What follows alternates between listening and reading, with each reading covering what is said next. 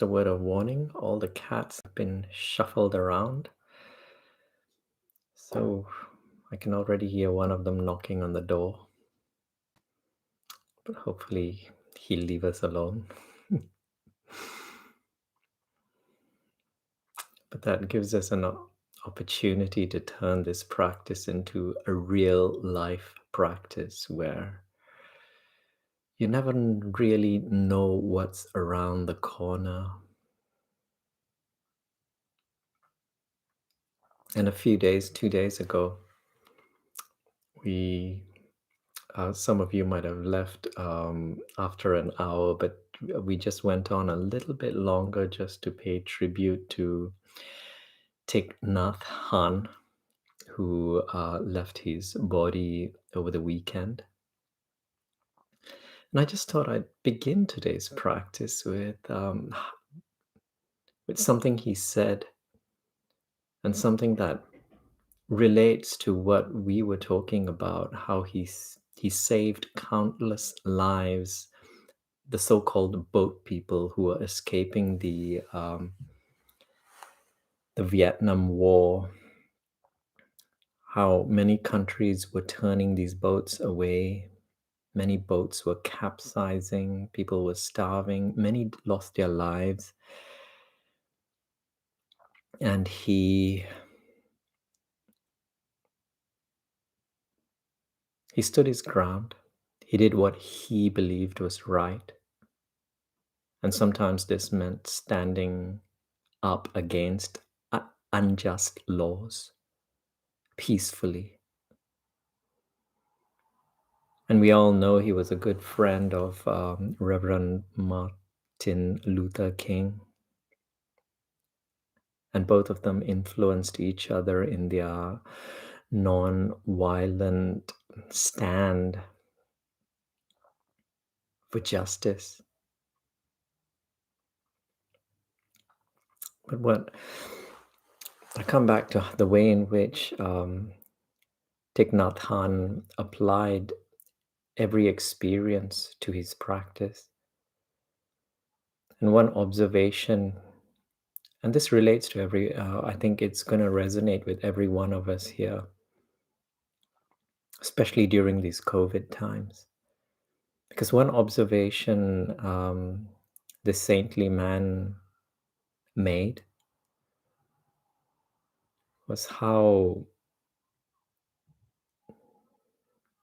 where the refugees were in boats, he noticed how all it took was one individual to be cool, to keep their calm.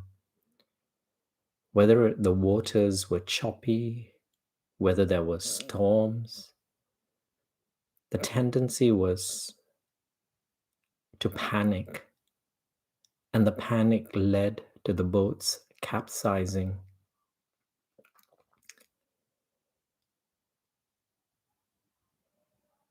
And how in his later teachings he spoke of how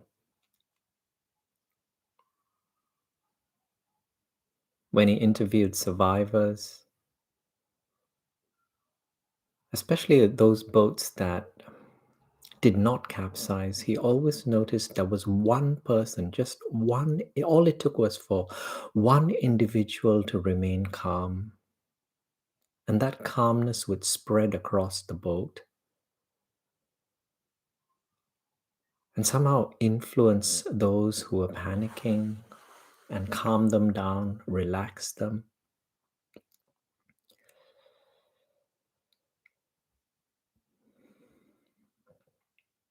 And the way in which we can relate that to our practice is that each and every one of us here in this virtual meditation room becomes that calm person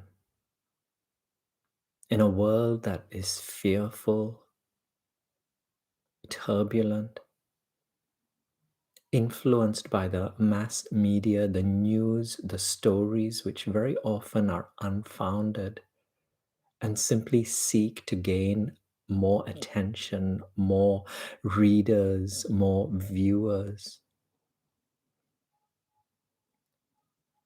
And the news networks, some of us are journalists, even here in this group, or former journalists. We know that there's nothing sinister.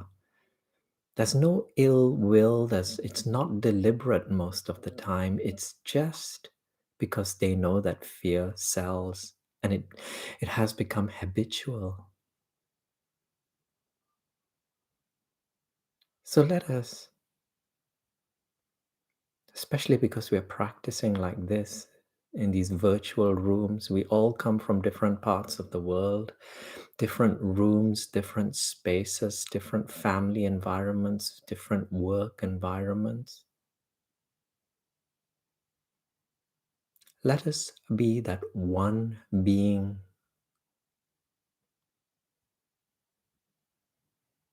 who exists in presence, in stillness, in kindness, in confidence, a confidence that is knowing that everything will be all right.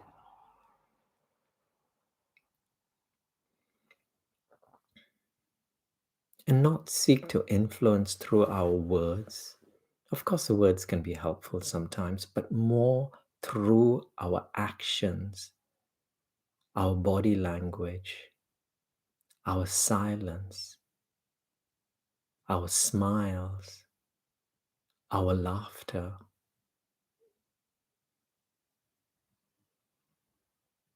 And this is how many of the Eckhart Tolle often says how the Indian masters, those who he referred to as the Indian masters in India, how their teaching methods were very different from those in the West. And he was referring to himself, how as Eckhart Tolle, the spiritual teacher,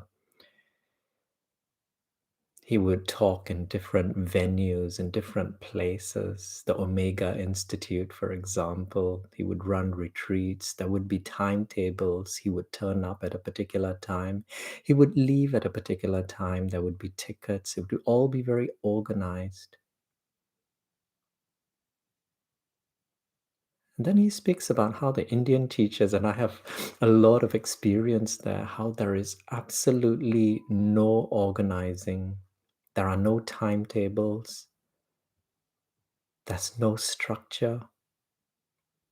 And more often than not, you will rarely get an opportunity to speak directly to the teacher.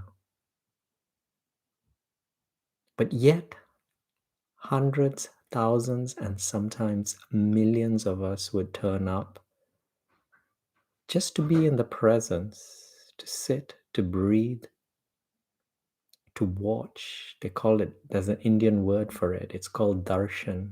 And it means, it translates into being in the presence with a being. And that's probably the reason why I'm here. Even though I only, after many, many years of visiting this one particular teacher, had only one audience with him. How these teachers, they very rarely use their words.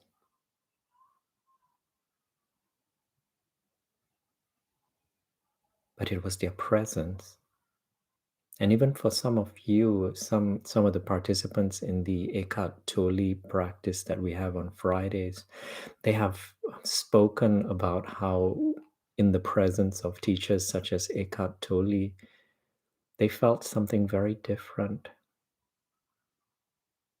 They couldn't put their finger on it, an energy, a stillness, a peace, simply by being in the presence of such beings. And each and every one of us now knows how to tap into the present moment, this beingness.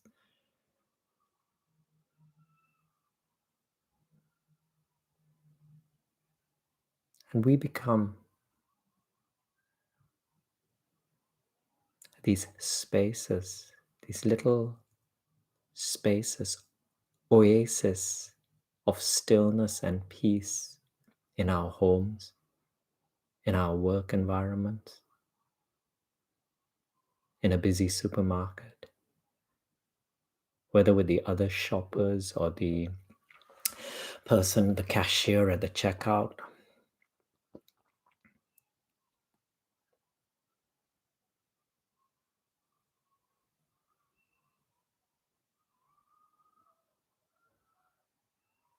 Now let's practice, shall we?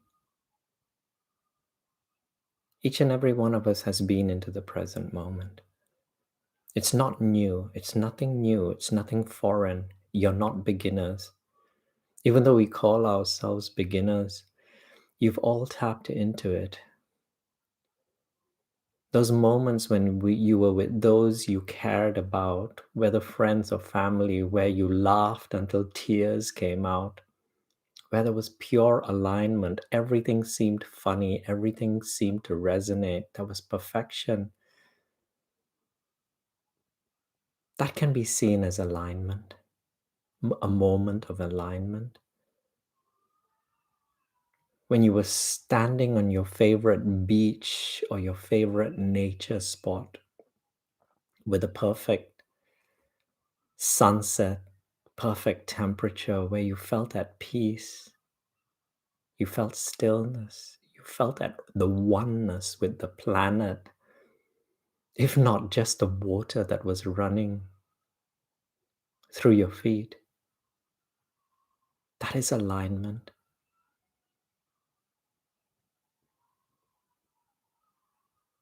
And sometimes when you played that sport, or even when you were cycling or playing tennis, those games, those activities that demand presence and alignment. I'm a cyclist. When I cycle, I need to be present. I need to look out for traffic, especially here in London. I need to look out for vehicles, other cyclists, pedestrians, alert, present, turning into opportunities that force you out of your mind, out of your stories, out of your problems. The same when you play games such as tennis or badminton or racket games or whatever it is. If you ever wonder why you enjoyed it so much, it's simply because you stepped outside of the stories. And for some of us, it's watching, being spectators at such games where we observe beings who are present as they move through the tennis court or the football field.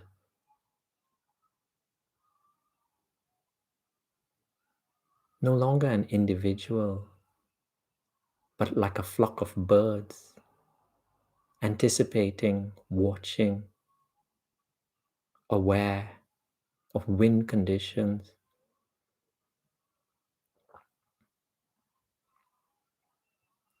My reason for beginning in this way is just so that we simply understand that this practice is nothing new to us. We've all been here. Now, what makes this practice a little bit different is that you're not on a bicycle. You're not having that incredible ice cream flavor that brings alignment between mind and taste buds. You're not looking into the eyes of your pet. You're just sitting here, possibly even with your eyes closed, and you're breathing.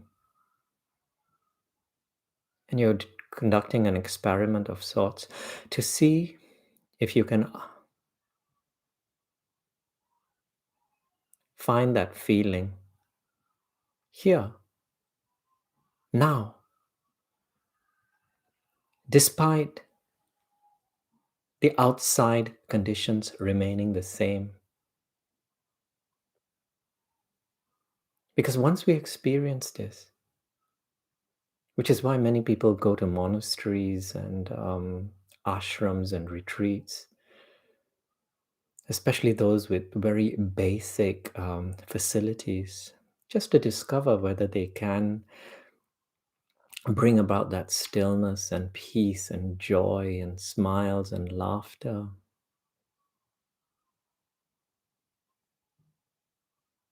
despite the external comforts being there. So I'm going to ring a bell. And when I ring the bell, just pretend you're in a lab. You're putting on a white coat like the doctors, like the scientists, getting ready for an experiment. And what happens during an experiment? The scientist usually tries to control some of the variables that might affect the experiment.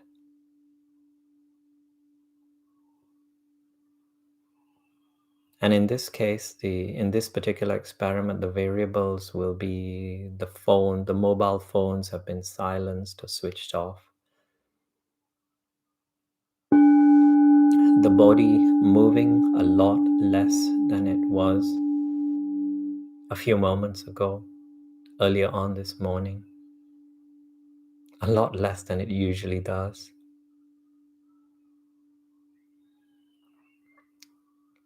Many of the things that stimulate the mind, many of the things that we chase after to distract the mind when it gets bored or when it feels pain, sometimes it's food, sometimes it's television, sometimes, well, goes on and on.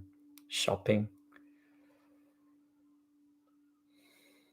Those have all been paused.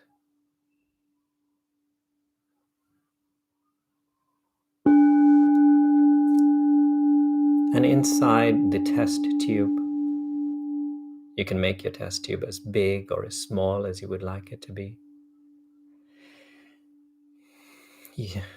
You observe the mind, but not only the mind, the space around the mind.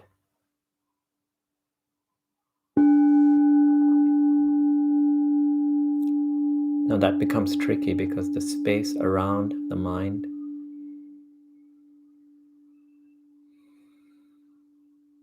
you might see the mind as a little cloud inside this test tube. A little mind that represents everything we ever learned, everything from our parents, teachers, books, magazines, you know the drill. Goes on and on, every experience imprinted. Earlier on, we talked about how when someone panics in the boat begins to rock and then it capsizes. And we begin to see how much of the programming had to do with fear, brought about fear, which is a very natural instinct, something that enabled our ancestors to survive because that were the tigers and the lions and the wolves and all of that, and they needed to survive.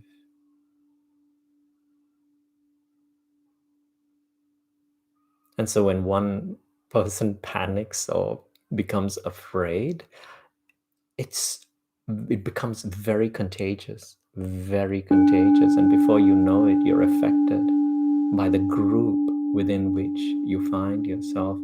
And in this experiment, we'll discover how to stabilize ourselves and notice these triggers that cause these fears as they arise. And isn't it so much easier to notice these triggers when we observe it through this test tube?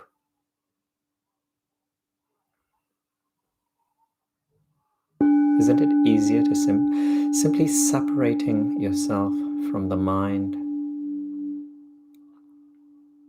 And this may sound quite strange to you, but many masters, some of them masters of science, they refer to the mind as a separate entity.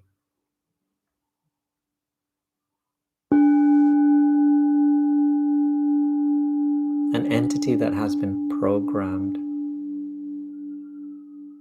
And in the test tube, you'll notice the mind moving about, thinking about the past, thinking about the plans that you have in the future.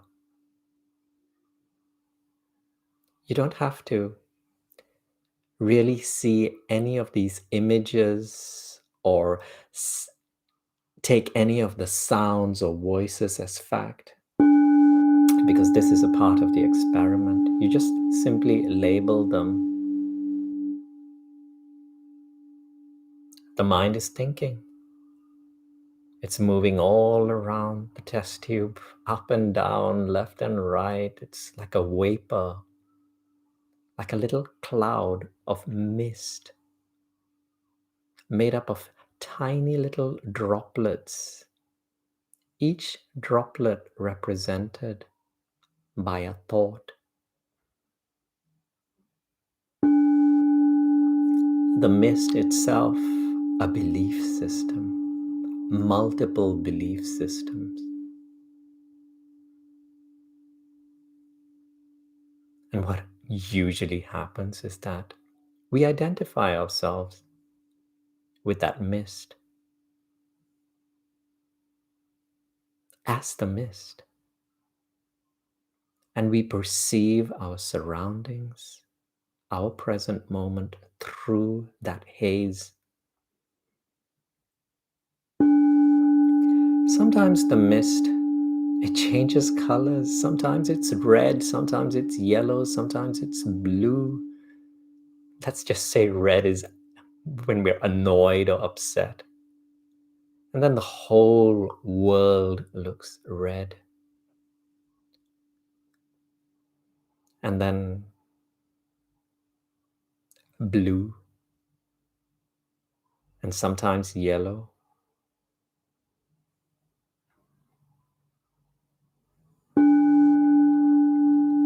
And right now, even right now, how are you experiencing the present moment?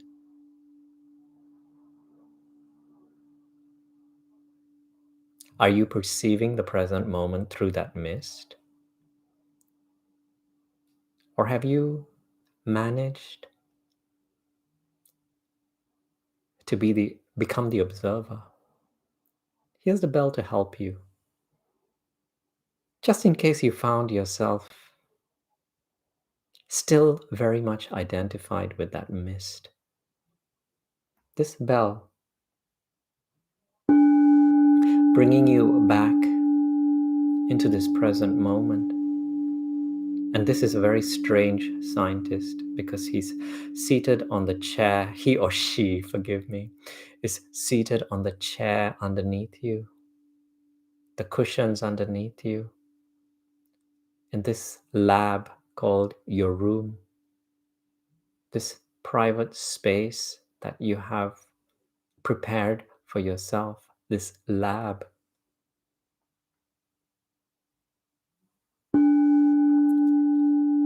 And the key to being the witness is to simply tap into the present moment using your body. Because wherever the mind may be,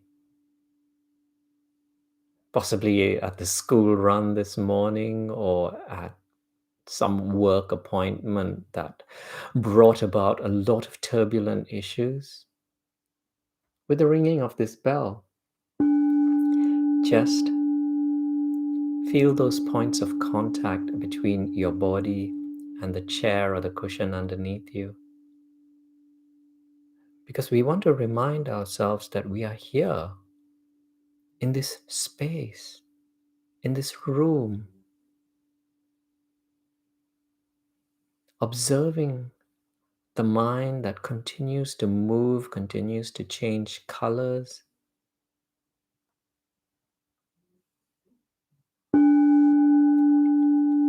And this becomes a very useful practice because you become more aware of which color the mist takes form in. Where there is anger, where there is upset, where there is loneliness, where there is joy and happiness, you become more aware. And through the awareness, you find yourself developing something called choice. If I am experiencing the world through fear, that means the decision that I will take at this present moment will be tainted through the filters of fear. And I may choose to run, I may choose to hide, and sometimes I may simply choose to react in anger so as to protect myself. And then, that's the first step. And the second step, it's triggered off the awareness that you have identified yourself as the mind, and then you bring yourself back into the present moment where you might be standing, you might be cooking, you might be in the midst of a conversation that has led you to this space. But you have stepped outside of this mist, tainted red, so that you may observe. And in the past, you have habitually responded in a particular way. And don't be hard on yourself, because that's what identification with the mind does. It causes us to react, shouting, sometimes tears, sometimes fright or flight, and of course, fight.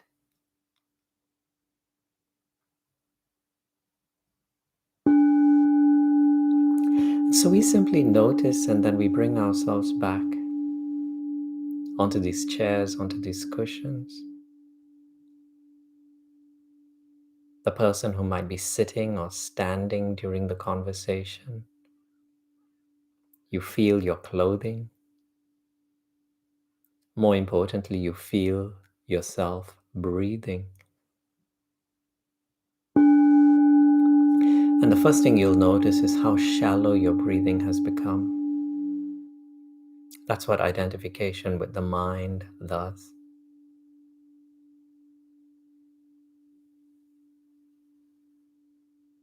And then you notice the different reactions within the body, the tightening of certain muscles, jaws squeezing together, the teeth grinding, forehead beginning to wrinkle.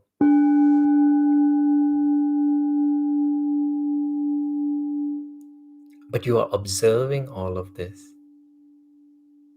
understanding better than ever. You may react, you may blow up like a volcano, you may react, but you are still observing the reaction, understanding that it is the program that is running. And once you understand that it is the program that is running, you realize that it is not the person or circumstances in front of you that is the cause. It is a trigger. It is a trigger, but it is bringing up unfinished business from the past.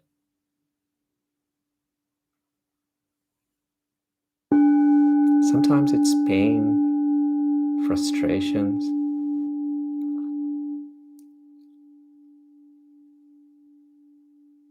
and you only need to look back at sometimes moments as recently as this morning, sometimes your childhood, as far back as your childhood,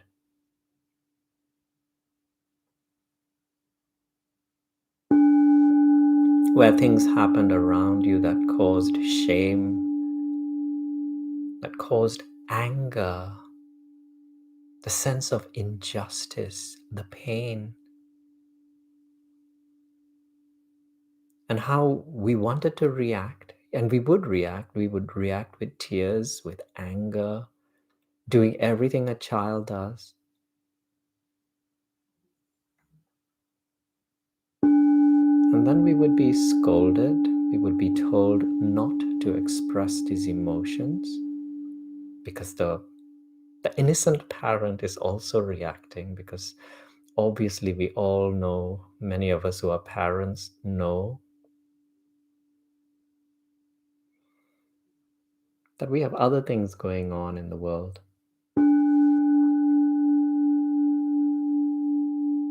But what the child normally does is it begins to hide all these emotions, block these emotions, find a safe place to store them, never really experiencing it, and therefore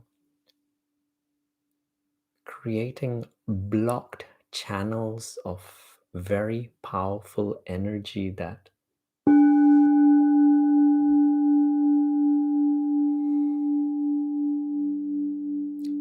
begin to be triggered only now, sometimes innocently.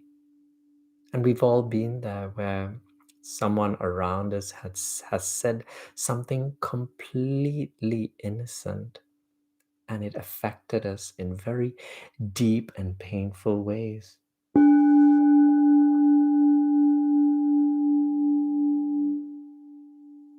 In this practice, we will practice no longer criticizing ourselves for feeling anger and sadness and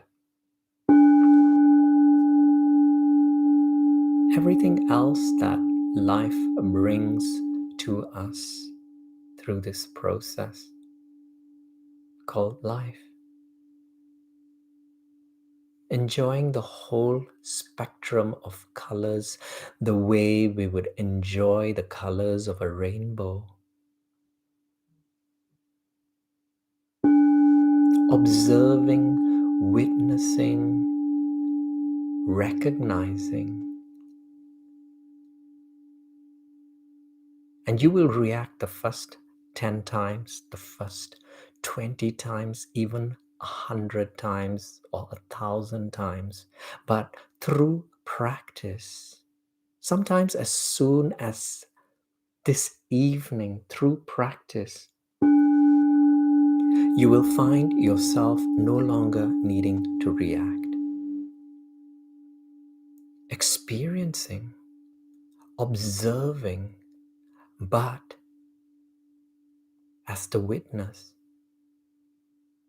so that the vapor, the color vapor within the test tube remains just that.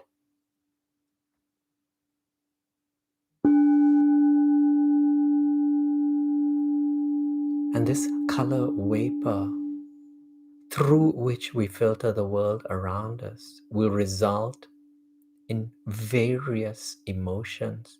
And we will witness these emotions, which are simply chemicals being released within our own body. Adrenaline, serotonin, a whole chemical factory within our body. The reason the jaws clench and the muscles tighten, getting ready to either fight or flee. But now, observing, witnessing, and allowing these blocked channels to flow once again. Recognizing how every single one of these emotions serves us. It has its function. It no longer needs to be blocked because we no longer react to them. In fact, we reflect upon them in a state of allowing. And I think every single one of us here, we experience these polarizing emotions.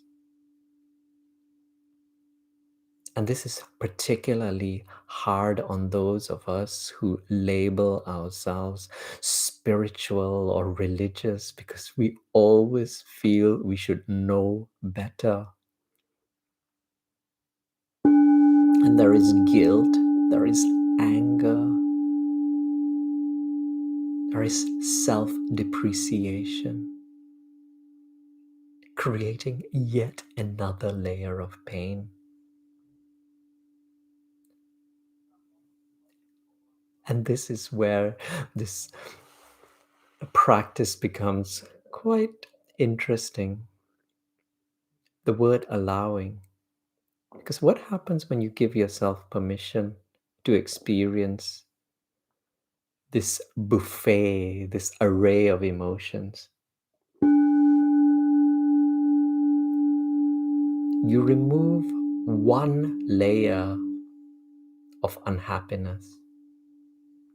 That very layer that was resisting it, that was criticizing you, that was self-depreciating. You remove it because now you're allowed to feel sadness, you're allowed to feel anger, you're allowed to feel frustration. And automatically, immediately, the moment we allow, there is an improvement because you have removed one layer of unhappiness. And this begins the bounce back. You begin bouncing back. And you will notice this immediately the moment you allow, the moment you stop criticizing yourself, the moment I stop criticizing myself. And in allowing, space appears between the vapor and the test tube. Space appears between the test tube and the witness, this scientist, this observer, this witness. And it no longer matters if the vapor is red or blue or green or yellow or pink. It just is.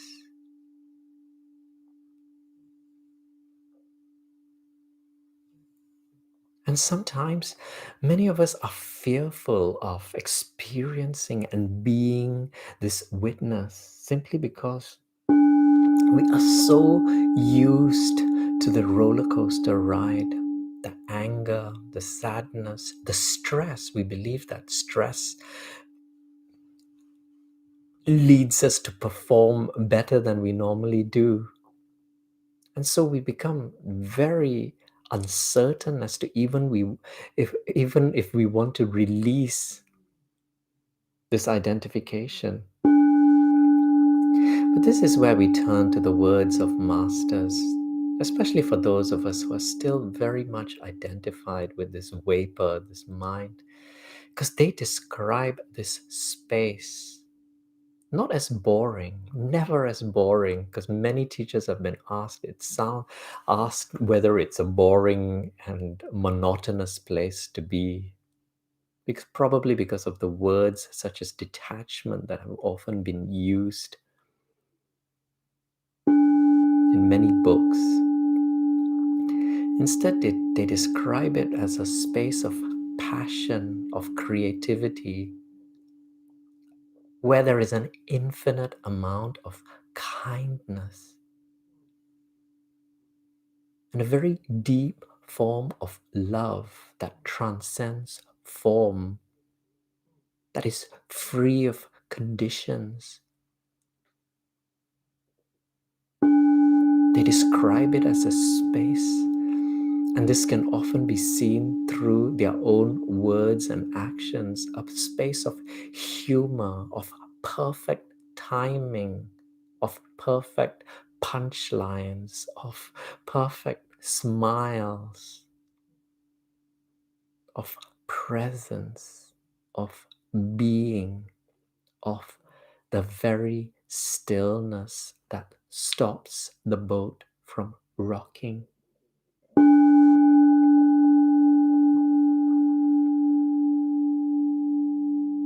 Let's stabilize ourselves, shall we, on these boats that we find ourselves in, these chairs, these cushions, because it often feels like a boat. Because even though the bodies are here, that identification with the mind feels as though we were being tossed about on the surface of a turbulent sea.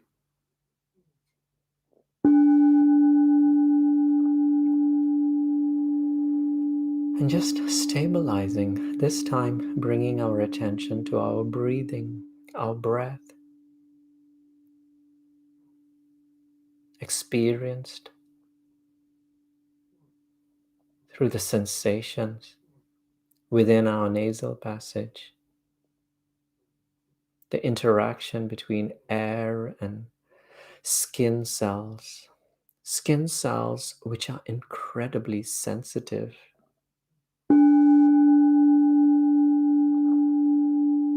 And initially, all you're feeling is your nose. Because how do you describe the breath? All you're experiencing is the direction of the air flowing in and out.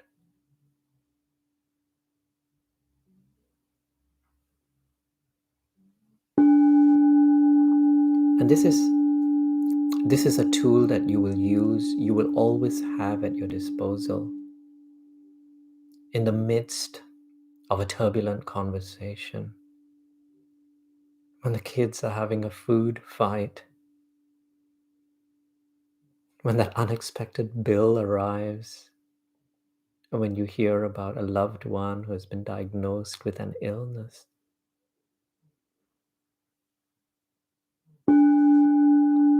Your doorway into the present moment, where you will not only feel the flow and direction of the air as it interacts with the cells within your nasal passage, but you will also feel humidity levels, temperatures,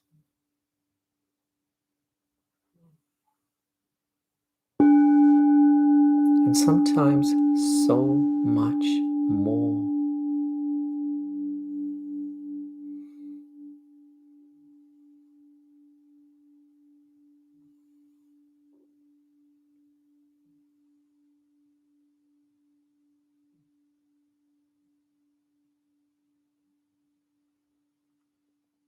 Why do we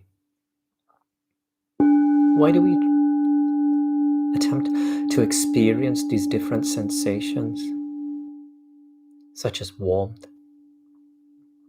Feel the warm air as it makes its way down the nasal passage, how the warm air as it moves through the rims of your nostrils, how it covers the upper lip, as it faintly begins to slow down and then translate into an in-breath.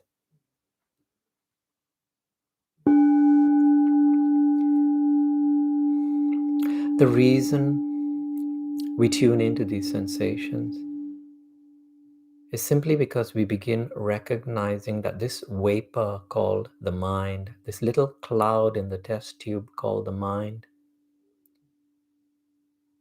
it contains valuable information that will help us to define these sensations, which remain sensations and nothing more until filtered through the vapor called the mind. And it's little droplets. There's information there about what warm air feels like. And so you're going to find that useful. And that's how you're deciphering these sensations. As a child or somewhere during your journey called life, you discovered probably at a very early age what warm air feels like. And so now you know. And then maybe humidity came a bit later, but now you can feel the humid air, the humid warm air as it makes its way down your upper lip. The same with the cool air that's being taken in and somewhat drier air.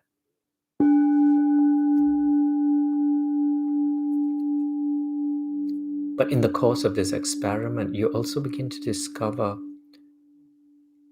how one interesting quality about the mind is it can only focus on one thing at a time. One thing in a moment. And when it aligns itself to the present moment, it's here that you discover the stillness, the silence, the kindness, the warmth of the loving kind. Yes, it does jump past, future, past, future, which is where this practice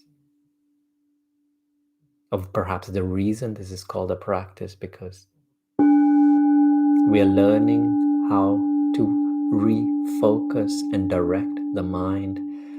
And in this case, this scientist, this witness, has the ability to direct the mind so that only the information that is relevant to this present moment is utilized.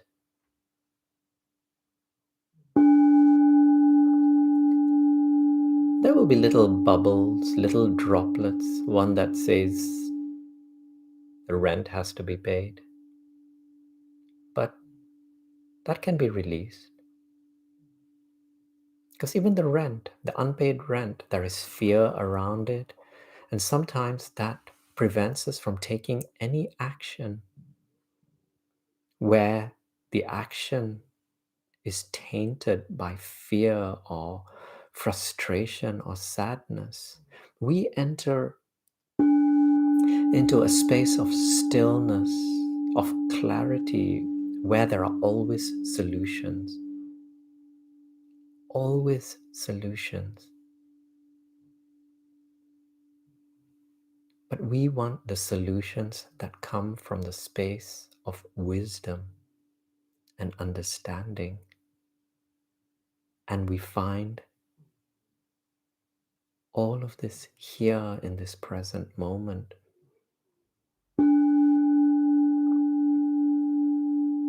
And we know this because we've been through turbulent times in the past. Every single one of us. But it always turned out okay.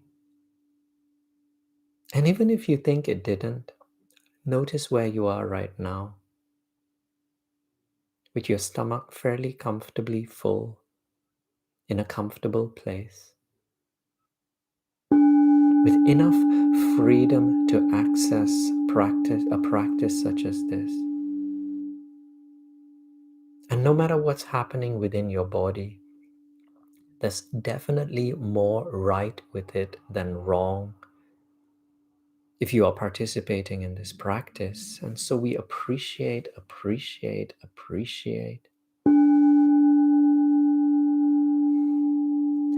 and enjoy these glimpses of silence and stillness that appear as the mind aligns itself into the present moment.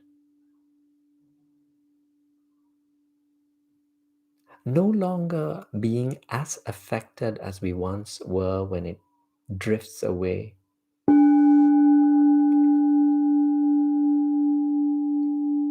Simply because there is an awareness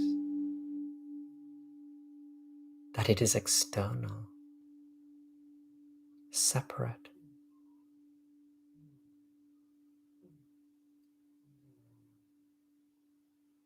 viewed through a thin pane of glass,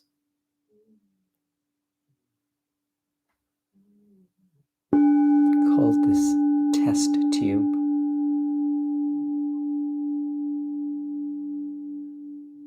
where we sit, breathe, and even smile, a knowing smile.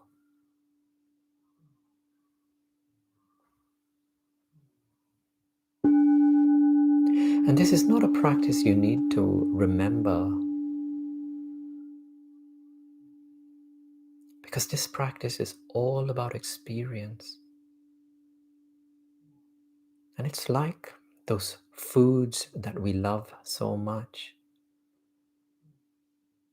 An experience that never leaves you.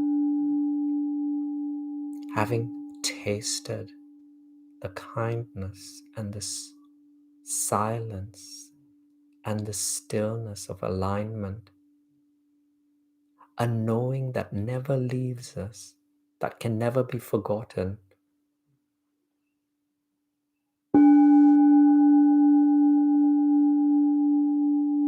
And so you release a layer of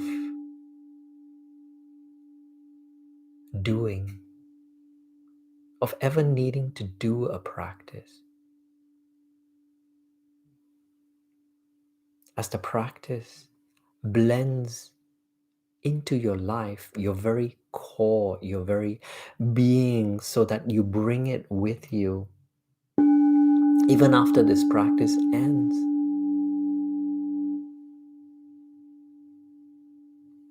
Because the practice never ends. It's simply that our lab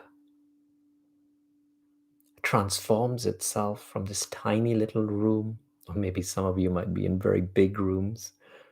Well, I'm in a tiny room, where it transforms from this room to the rest of the flat or the house, where it shifts from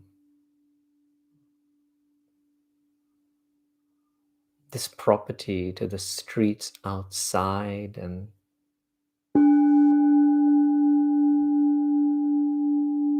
wherever our present moment takes us.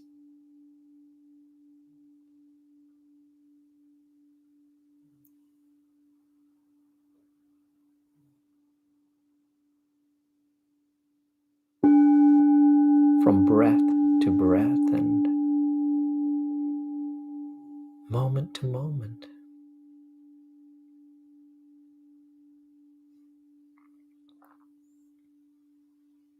And now the final bell, where we'll just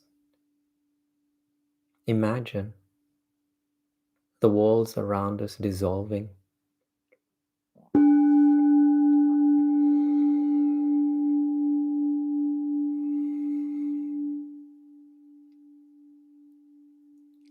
Where we'll imagine the walls of the buildings within these rooms dissolving.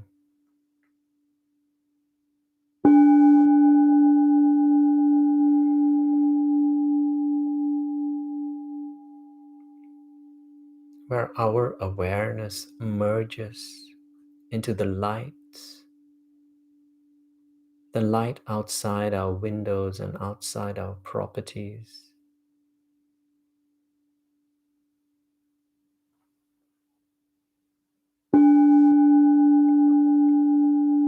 Where the light bathes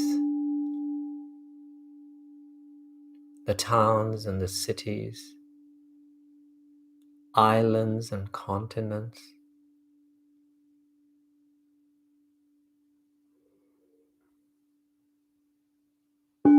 Where the light moves through vast bodies of water, be them rivers, seas, lakes, oceans.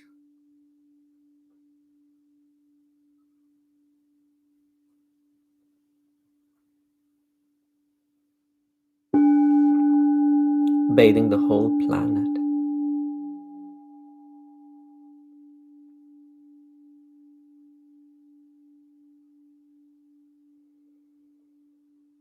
From the surfaces deep into the core, releasing the need to distinguish ourselves from this planet.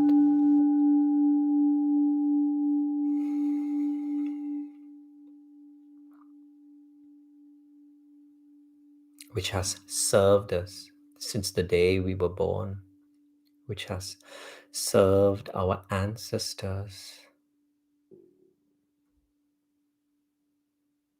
This very same planet upon which our teachers walked, breathed, sat,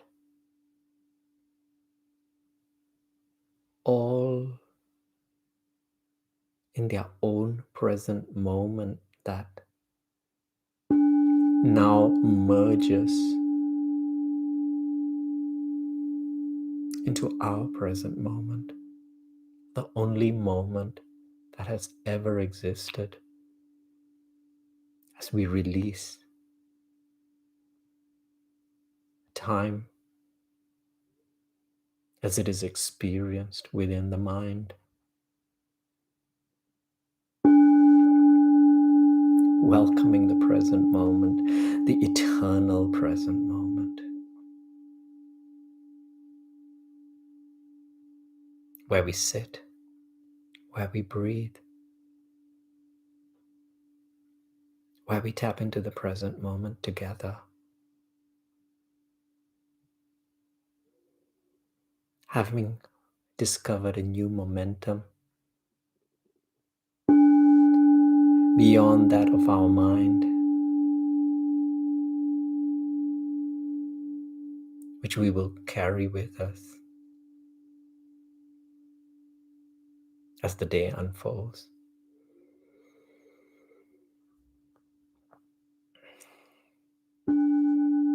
Please feel free to unmute yourselves. As always, I'm deeply, deeply appreciative to every single one of you for joining in the practice. Thank you. Thank you, Bernard. It's a pleasure. Thank you, Bernard. Take Thank care. you, Bernard. Oh, Michelle, hello. Thank you so much. It's a pleasure. Thank you so much. And I hope you all have a really, really wonderful, wonderful weekend. You too. Take care. Bye, everybody. I see Bye-bye. you. Bye. Love to all of you. Bye. Did anybody hear my cat snoring, by the way? No. No. Not today. He was snoring loudly. But I'm glad you didn't. Bye, Take care. Bye-bye. Love to all of you.